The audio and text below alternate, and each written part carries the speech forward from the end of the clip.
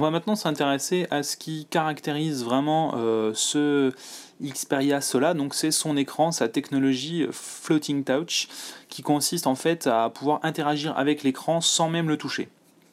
Donc là, un petit exemple, vous voyez que le fond d'écran, si vous regardez bien, il bouge lentement.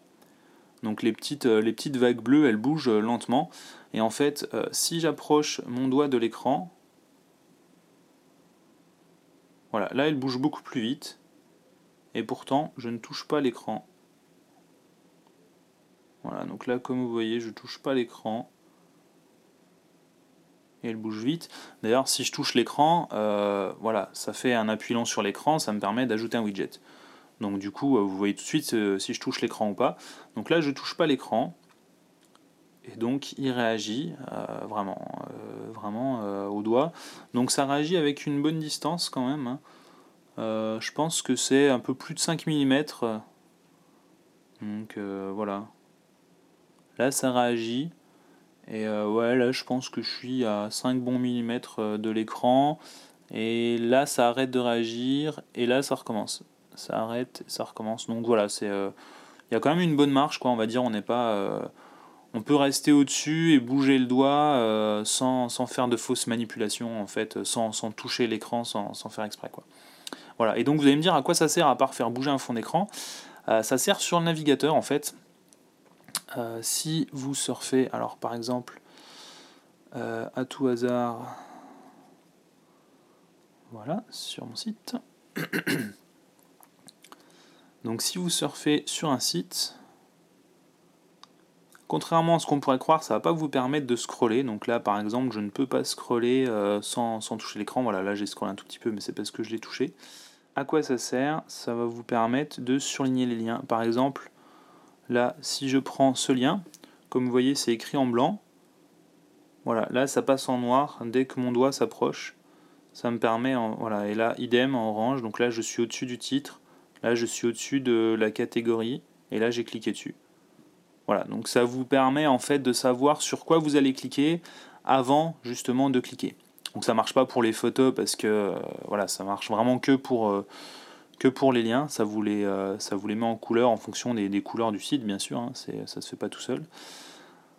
Voilà, donc c'est pas essentiel. C'est vraiment pour moi la seule fonction que j'ai trouvée.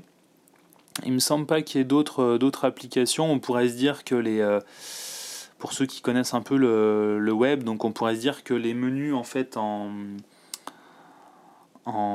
relever, donc les sous-menus en fait, quand vous cliquez sur un menu et que vous avez un sous-menu, ou les actions qui se passent quand vous passez juste la souris au-dessus d'un menu, elles vont fonctionner, mais en fait non, il faut bien cliquer comme pour n'importe quel autre, comme sur n'importe quel autre écran en fait. Un sous-menu fonctionnera pas juste en mettant le doigt au-dessus.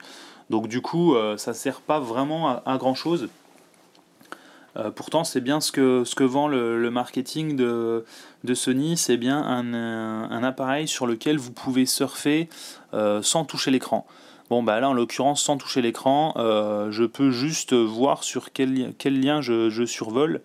Donc moi, j'aurais bien voulu la possibilité de scroller comme ça pour défiler en fait sans risquer de cliquer sur un lien. Parce que là, je défile comme ça, mais j'ai la possibilité, si jamais je clique sur un lien ou sur une photo, ça va me l'ouvrir alors que je voulais juste défiler.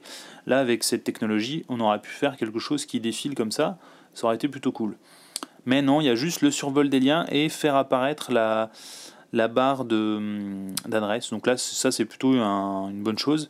Mais c'est vraiment, à mon sens, un peu gadget, quoi. C'est vraiment quelque chose de pas forcément très utile. Ça me fait un peu penser finalement à la technologie d'écran 3D qu'on avait sur les LG et HTC, donc sur certains smartphones, où ok, c'est une technologie qui est là, qui fonctionne à peu près, mais finalement c'est un peu inutile, quoi.